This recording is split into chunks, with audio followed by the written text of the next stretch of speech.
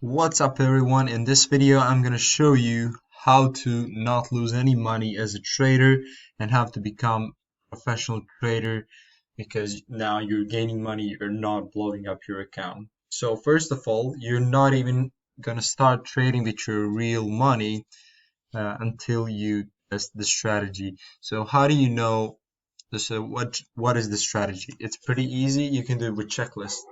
Okay, so for the example, I can tell you, let's say you have three versions of your checklist, and I'm going to just say one example of a checklist which can be put there, and it's supposed to be pretty simple, you know. Okay, let's start it. Checklist version 3. Okay, so now there you put a couple of things that apply to your checklist. Okay, let's widen it up. No, sorry, let's widen it up a little bit. Okay, so how to start it? You can say it is situated at, say for example, all-time high. You need to put a few, things that describe your strategy. All-time high, let's say resistance tested at least 3 times. This has to be on a, for example, you name the time frame where it is 1 hour time frame. Okay. Next thing can be stable price following support, right? Following support. Okay. When we are here, you can just check it all out. You can just put a dot as checked. For example, check, check, check. Okay, so this is the strategy. This is the setup, and I'm gonna trade it. And how do you trade it? Setup, it's pretty easy. You just do it with entering the breakout. Okay. So how do you? Let's clear over the drawings. Let's get into 20 days. Okay, so how is it? This is an all-time high. As we can see, if you go in a 20 years time frame, you can see this is all-time high. Okay, definitely is. Next thing we do, you can go here. What is it there? Okay, it is tested 1, 2, and 3 times if we go on a 5-minute time frame because it was tested here. Okay, the next thing was a stable support, price following support. Price following support stable. This is how it looks right now. Pretty nice triangle.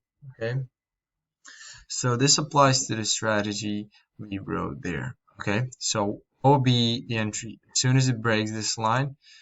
So we can say it reached 9.74%, and you write it there, 9.74%. Okay, there I put a float because sometimes, I mean not sometimes, but when the float is lower, the percentage is going to be bigger, and when the float is higher, percentages are going to be smaller. So if we go to finviz.com and go to FSR, we're going to see that the float is 133 million. So you write there 133 million, and average of this checklist is now 10%. Okay, so the next time we test this strategy, we see how it works out. And I mean, this is not even over yet. This might go up and higher by the end of the day. It might be 20%. So that's just for the example. How do you do it? And the average moves, The next time it might be 15%. So the next time might be 20%. So what would be average right now? The average right now would be 15%. When you calculate it, you can go ahead and calculate it. It's going to be 15% in this situation. Okay. So because this is 45% total, and when it's divided by 3, it is 15%. So you can say that you can take profits at 15%, but it also all depends on the float. Here the float would probably be 50 million. Float here might be 30 million. So that's how you choose to take your profits. But the thing is that sometimes it might reach just 5%. Okay, in that situation, it is not take profit hit. Okay, so there you can say it failed. all right? But if the float was, let's say, 500 million, in that situation, it would be good. Sometimes it won't even move. It's 1%. So you can determine that your take profits for this strategy is at least 10%. And if it is at least 10%, that's just for the example. It's everything what you determine is like that. If it's less than 10%, then you can consider there was stop loss hit. So let's say this was, and you need to choose risk reward ratio. So let's say here your loss was 3%, okay? But you have to type it down as minus 3%. Here you do it at minus 1%. It all depends on the situation and all that. And so the next thing you do is you actually have to test it out like 100 times. When you have it 100 times, then you need to see how many times it hit a stop loss, how many times it hit a take profit. Okay, so the next things you can also here put take profit or stop loss. Okay, so how are you gonna do it? It's pretty simple. You're just gonna have to count it manually, unless there's some kind of function that counts it all. But what you do is you can just do take profit hit, stop loss hit, take profit, stop loss. So in this situation, let's say 50% of all of these trades were stop loss and 50% were take profit. So if you had 100 trades of 100 trades and there are 50, okay, take profits and stop losses, and let's say for a certain strategy it is always 5%, it's a 5% stop loss and 10% take profit. Okay, so in that situation you multiply 50 by 5 and you get 250, and then that will be minus 250 because we're on a stop loss side.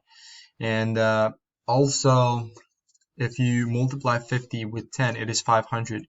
So it is 500% minus 250%. And what you get is you get 250% in total.